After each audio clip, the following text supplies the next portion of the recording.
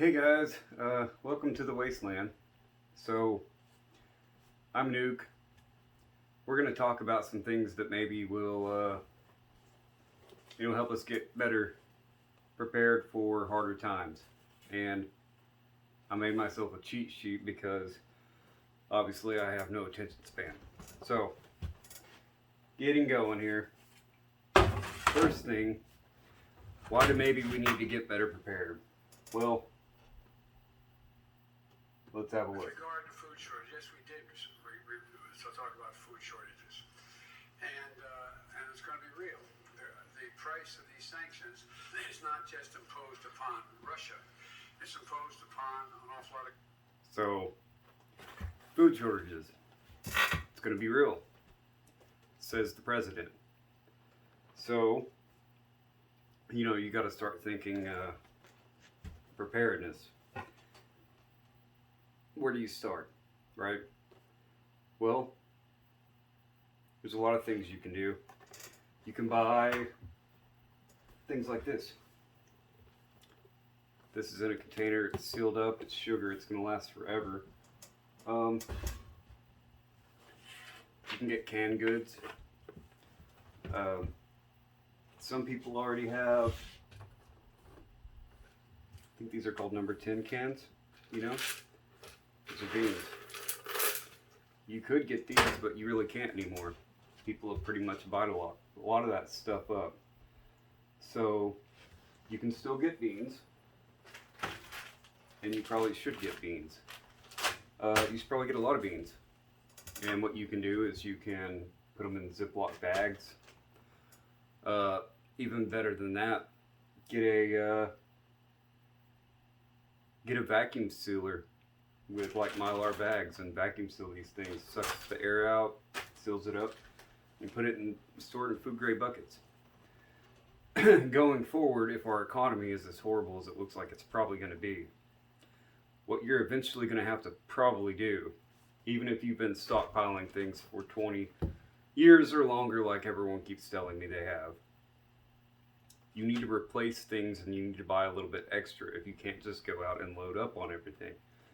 So, dip into your old stuff and start eating it.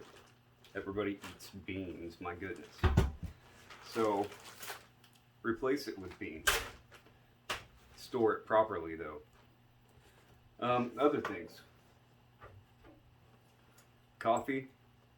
You guys are going to want coffee. I like this coffee for being very cheap coffee. It also comes in these little things right here.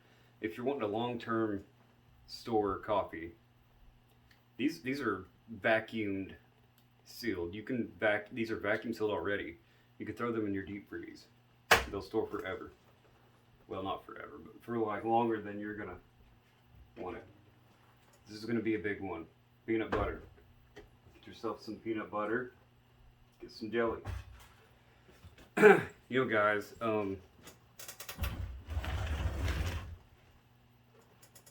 being prepared for hard times, it's something that all of our grandparents went through, our parents went through it, our great grandparents went through it.